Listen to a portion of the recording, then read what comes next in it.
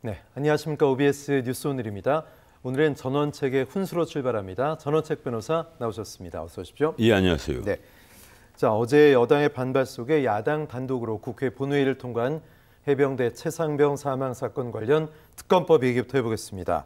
자, 김웅 의원을 둘러싼 국민의힘 의원들은 김진표 의장이 표결 방침을 밝히자 거세게 항의하면서 퇴장했습니다. 먼저 어제 본회의에 나온 발언들 직접 보고 오겠습니다.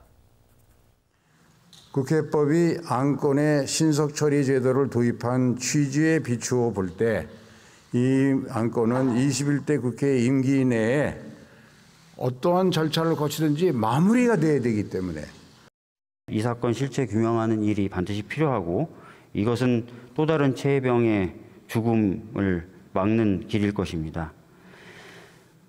그리고 최혜병 순직 사건의 진실을 밝히라는 것은 이번 총선 민심이기도 합니다. 민주당과 짬짬이가 돼서 이렇게 입법 폭주를 한 것은 정말 개탄스럽고 또 국민들과 함께 비난하지 않을 수 없습니다. 네, 최상병 특검법은 당초 여야 합의로 상정된 본회의 안건에는 없었죠. 민주당 단독으로 강행 처리를 했습니다. 자, 변호사님, 민주당이 최상병 특검법안을 단독으로 강행 처리한 이유가 뭐였을까요? 예, 그래서요. 우선 김진표 국회의장이 이 최상병 특검법안을 갑자기 상정을 해서 통과를 시키는데 가담을 했단 말이에요. 원래 그 여야가 양자회담, 윤 대통령과 이재명 대표가 회담을 한 뒤로 협치를 하자.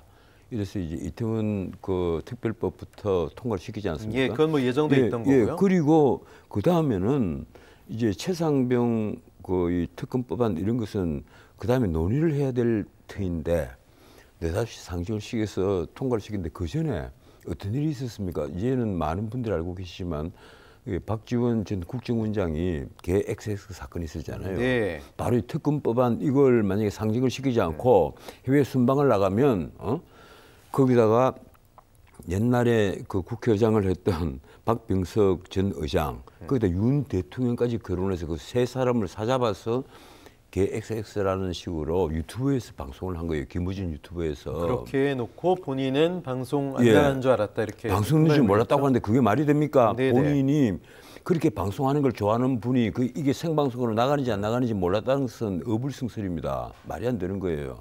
그래서 나는 아주 이게 교묘한 트릭이라고 보는데 어떻든 아까 그 방송에서 보셨지만 박주민 의원도 이 실체적 진실을 밝혀야 된다.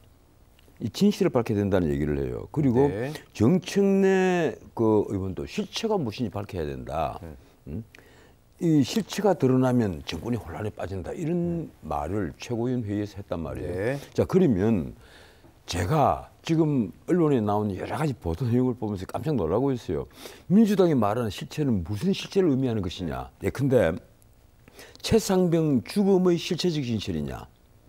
그건 이미 다 알고 있습니다. 이게 재난 지원을 나갔다가 이 불의의 사망 사고를 일으킨 것이거든요. 그게 아니라면, 그런 실체가 아니라면 그럼 무슨 실체냐. 수사 외압을 했다는 실체냐. 가령 그걸 해병대 헌병단장이 수사를 하는데 사단장 더 나아가서 사령관까지 포함을 하려고 하니까 그걸 대통령과 국방장관이 경로를 해서 그걸 막았다. 그러면 과연 해병대 그 헌병단장이 수사를 하기는 했느냐? 수사는 안 했단 말이에요. 일단 조사를 해서 경찰에 넘겨야 되는 것이거든요. 그래서 도대체 이 실체 규명이 뭘 규명하자는 것이냐? 난 이거부터 자꾸 혼란을 줘요. 하는 말을 가만히 들어보면 억울한 최상병 죽음이라고 자꾸 얘기를 하는 거 보면 죽음의 실체적 진실을 밝히자 이런 얘기일 수도 있겠고 또 한편 또 이재명 대표가 하는 말을 가만히 들어보면 그것이 아니고 뭔가 실체적 진실을 밝히려고 하는데 수사에 외압을 줘서 사단장이나 사령관을 조사하는 것을 막아버렸다. 그럼 그걸 밝히자는 것이냐. 그래서 그것부터 나는 민주당이 좀 명확히 해야 되는 것 아니냐. 물론 특검법안의 그 초안을 제가 살펴보니까 그것이 나중에 통과된 법안인지는 모르겠는데 제가 살펴보니까 일단 수사 외압을 밝히겠다는 그러지는 알고 있습니다. 네. 지금 나오고 있죠. 특검법, 최상병 사망 사건 진상규명, 대통령실, 군경의 은폐 무마 회유 의혹 등인데 자, 어쨌든 특검 법안이 본회의에 상정이 되자 김웅 의원을 빼고 모두 퇴장했습니다. 당론보다는 개인적인 소신을 따르겠다는 건데 김웅 의원의 행동 어떻게 보셨어요? 글쎄요.